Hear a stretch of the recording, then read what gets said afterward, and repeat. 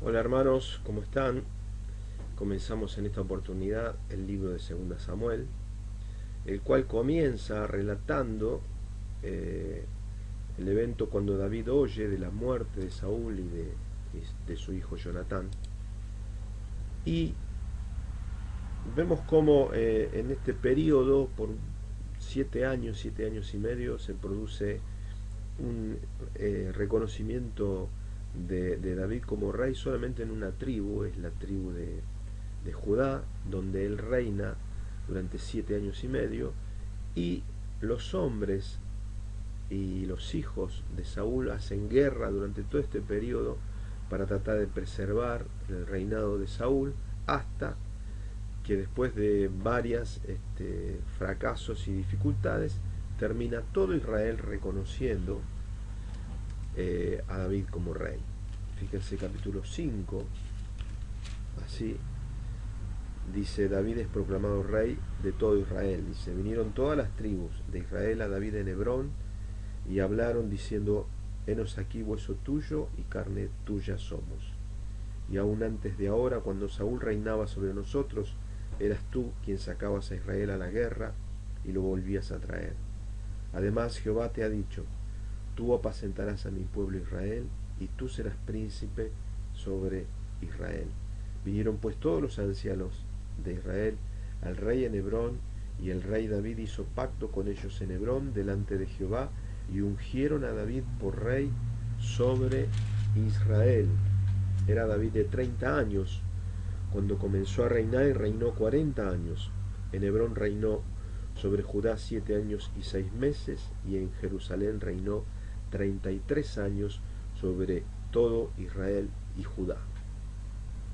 Importante es ver aquí la mano del Señor protegiendo, preservando a quien Él escoge, a quien Él elige. Nadie puede, eh, nadie puede sacar de la escena, del protagonismo, aquel a quien Dios escoge, aquel a quien Dios elige. Cuando Dios tiene un plan, cuando Dios se agrada de alguien y quiere ubicarlo en tal o cual lugar y hacer tal o cual cosa, Dios va a hacer que ese hombre prevalezca. Por más que sea perseguido, por más que sea rodeado de enemigos que le tiendan trampas, y que esos enemigos sean astutos, hábiles, tengan el poder, tengan un montón de cosas, Dios va a preservar ese varón, esa mujer. Dios va a preservar ese joven y va a hacer que él cumpla con los propósitos de Dios, como lo hizo con David. Bien, a partir de ese momento viene una serie de victorias y conquistas que están registrados en el capítulo 5 al 10. Vemos ahí que David toma Jerusalén, que derrota a los filisteos, a los moabitas, a los sirios, a los amonitas, a los edomitas, todas pueblos que hasta ese momento no habían sido derrotados. O sea, él por donde iba, Dios lo prosperaba. Fíjense en el capítulo 8, versículo 14, dice esto: y puso guarnición en Edom, por todo Edom puso guarnición, y todos los edomitas fueron siervos de David, y Jehová dio la victoria a David por donde quiera que fue. Es decir, vemos una explosión de una conquista, de una contundencia tremenda en todos los lugares donde David se movió.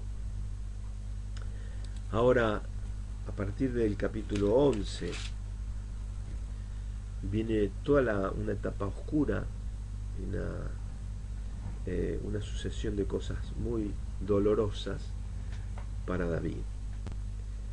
Hermanos queridos, muchas veces nuestra vida, cuando estamos desarrollando, nos estamos conquistando, estamos luchando, batallando, hay como pequeños comienzos y progresos y luchas, y vamos llegando a lugares de victoria, lugares de confort, ¿no es cierto? Y justamente muchas veces el confort o la comodidad o el haber llegado a ciertas metas a veces se vuelve peligroso, como le sucedió a David. Tantos éxitos que venía teniendo, llegó un momento que se relajó. Y bueno, la Biblia, les voy a leer este texto que puse. La Biblia presenta de manera fidedigna el carácter humano.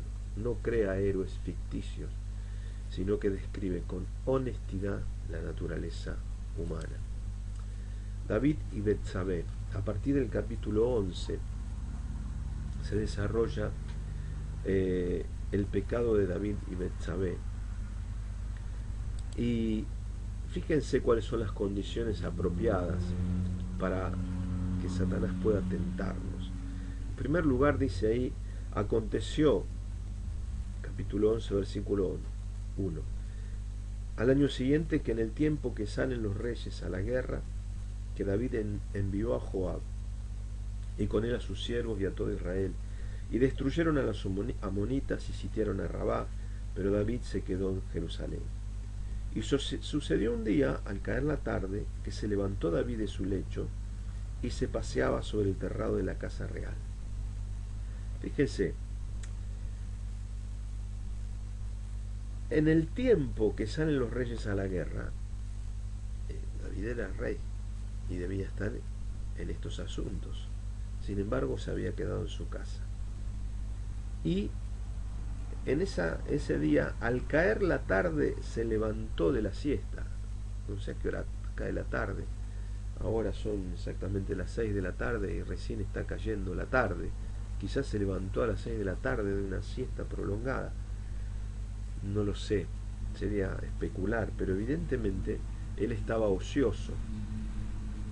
Estar ocioso es tener nuestra mente vacía, sin propósito, sin un plan, sin un esquema, sin una proyección de lo que tengo que hacer, de cómo voy a ocupar este tiempo. La ociosidad es una condición muy apropiada para que Satanás pueda atacarnos. Por eso es importante, dice en el Nuevo Testamento, que no seamos insensatos, que aprovechemos bien el tiempo porque los días son malos, y que seamos entendidos en cuanto a la voluntad del Señor, ¿no?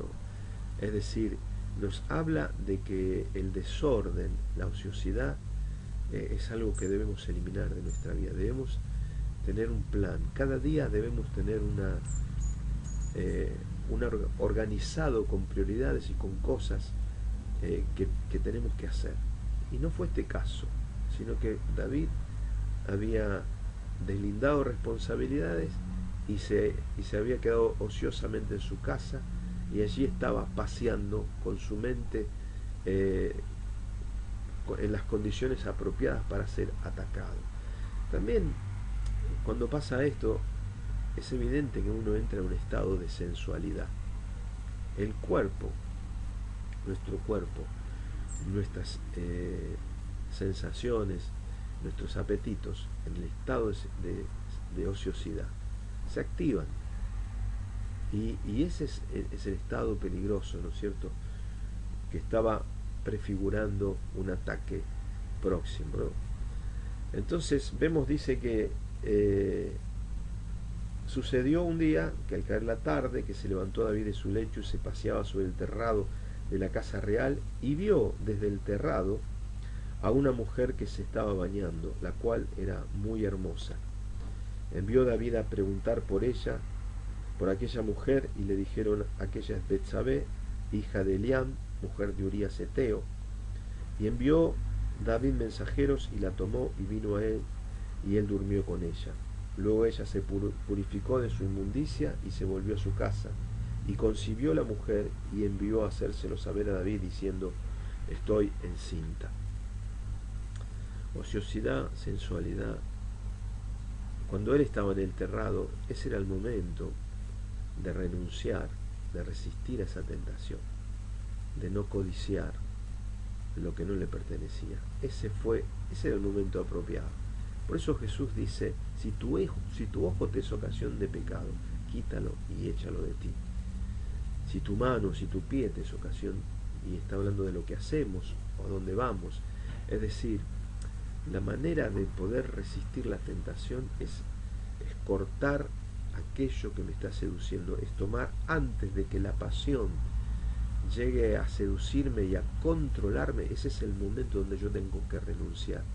Y David no renunció, no hizo un corte en el momento apropiado, dejó que esa seducción, que esa pasión se apropiara de su alma hasta que concibió y dio a luz el pecado. Ahí Santiago nos habla de la tentación, ¿no? Cada uno es seducido de su propia concupiscencia, y una vez atraído, y si nosotros no ponemos resistencia, ese pecado crece hasta que es concebido y da el fruto, que es la muerte, ¿no? Y también puse ahí complicidad, porque no solamente fue un pecado de David, sino también de todos los que estaban alrededor, que sabían que esa mujer no era una mujer casada, y participaron, consintieron, aprobaron, por temor, por la posición del rey, distintas cosas, pero la cuestión es que ellos, hubo un pecado de complicidad de todos los que vieron lo que estaba sucediendo y no le pusieron freno. Así que, hermanos, tengamos cuidado con esto, porque a veces estamos participando del pecado de otros cuando no confrontamos en el momento apropiado el desarrollo de algo que no es agradable a Dios. Y vemos acá que hay un cóctel de cosas, ¿no? Ciertas condiciones personales, ociosidad, sensualidad, no resistir, y también de los que estaban en conciencia y en conocimiento de lo que estaba sucediendo, que no actuaron de manera correcta. David comete adulterio, y después, como no se podía tapar el pecado porque Betsabé había concebido un hijo, arma toda una mentira, lo trae a Urías, ustedes lean si quieren, trata de hacer que él vaya para su casa. Él es un hombre fiel, comprometido con la campaña militar en la que estaba, no va, hasta que al final trama con el comandante del ejército enviarlo al frente, y cuando viniese lo más recio de la batalla, dejarlo solo para que la mano del enemigo, la espada del enemigo, lo termine matando. Realmente terrible, ¿no? Terrible lo que puede hacer, lo que puede planificar un hombre, aún teniendo conciencia y conocimiento de Dios, ¿no? Fíjense, por eso el que crea estar firme, mire que no caiga, dice la Escritura. Es decir, nosotros podemos tener alturas espirituales muy importantes, tener conquistas espirituales muy importantes, pero no nos hace invencibles, no nos hace nuestros éxitos espirituales, nuestras conquistas, no hacen que uno esté como inmunizado frente a los ataques de Satanás. Por eso debemos estar alerta, debemos velar, debemos estar atentos, debemos estar despiertos, debemos examinarnos a nosotros mismos y cuidarnos entre nosotros para que este tipo de cosas no nos sucedan, para que no haya complicidad cuando vemos que hay un hermano que está lentamente cayendo o deslizándose. Es nuestra responsabilidad poder protegerlo. Las consecuencias de esta situación fueran terribles. Creo que ninguno les gustaría experimentar estas consecuencias. Segunda Samuel capítulo 12, viene allí, Natán lo confronta, y en versículo 10 al 12 dice, le dice que su pecado, que Dios lo perdona porque él se arrepiente, pero que igual, no obstante, iba a haber consecuencias sobre esto. Dice, por lo cual ahora no se apartará jamás de tu casa la espada, por cuanto me menospreciaste y tomaste la mujer de Urías Eteo para que fuese tu mujer. Así ha dicho Jehová, he aquí yo haré levantar el mal sobre ti de la misma casa, de tu misma casa, y tomaré tus mujeres delante de tus ojos, y las daré a tu prójimo, el cual yacerá con tus mujeres a la vista del sol. Porque tú lo hiciste en secreto, mas yo haré esto delante de todo Israel y a pleno sol. Entonces dijo David a Natán, pequé contra Jehová. Y Natán dijo a David, también Jehová ha redimido tu pecado, no morirás. Mas por cuanto por este asunto hiciste blasfemar a los enemigos de Jehová, el hijo que te ha nacido ciertamente morirá. Y Natán se volvió a su casa. Hermanos, yo creo que si David hubiese tenido conciencia de las consecuencias que podía tener esos pequeños minutos de placer, jamás hubiese cambiado esos minutos de placer con esta hermosa mujer por lo que él tenía hasta ese momento. Tenía todo, no tenía ninguna necesidad. Y así es el pecado, que nos seduce, nos miente, nos promete cosas que no nos va a dar, y después cuando muerde es como dice uno de los proverbios, no mires al vino cuando brilla en la copa, porque después al fin morderá como serpiente. Siempre el pecado aparece dulce, aparece hermoso, aparece como la mejor oportunidad, pero siempre va a traer una consecuencia dolorosa, terrible, como la experimentó David. ¿Y de qué consecuencia le estaba hablando Natán a David? Bueno, Amnón viola a Tamar, su hermana. En represalia, Absalón lo mata a Amnón, y Absalón se rebela contra David años después. Quiere usurpar el trono, y una de las manifestaciones que él desarrolla para mostrarse enemigo de David y para mostrarse como habiendo poseído el reino, es que en el terrado del palacio se acuesta con todas las mujeres y las concubinas de David. Entonces lo que Natán le dijo, tú lo hiciste en secreto, pero hay uno que lo va a hacer a la vista de todos. Fue así. Así que, hermanos queridos, qué importante que es, cuando somos tentados, pensar en las consecuencias antes de hacer algo que sabes que no es de Dios. Tómate el tiempo para meditar en las consecuencias, porque si podés pesar las consecuencias, creo que eso te va a dar la fortaleza para decir, no quiero esto para mi vida. Así que te animo para que puedas meditar en esta enseñanza y evitar todo tipo de tentación que Satanás quiera traer a tu vida.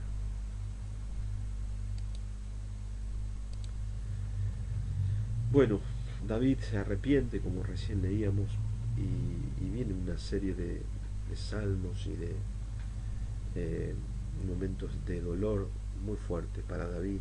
Y el Salmo 51 es uno de esos salmos en donde él manifiesta el dolor por su pecado y pide que Dios lo limpie, ¿no? Y ustedes saben, hermanos, todos nosotros sabemos lo que es la culpa del pecado, ¿no? Batallar contra eso. Y ahí lo vemos a David luchando por limpiar su conciencia. Y gracias a Dios que él fue perdonado, fue limpiado, fue restaurado, al punto que dice después que David se llegó a Betsabé, y de esa unión nació Salomón. Y Salomón fue un hombre que fue amado por Jehová y fue el sucesor al trono. Es decir, Dios nos perdona, Dios nos limpia, Dios nos da una nueva oportunidad. Así que damos gracias a Dios por el perdón del Señor, pero evitemos experimentar este tipo de cosas todo lo que podamos, queridos hermanos.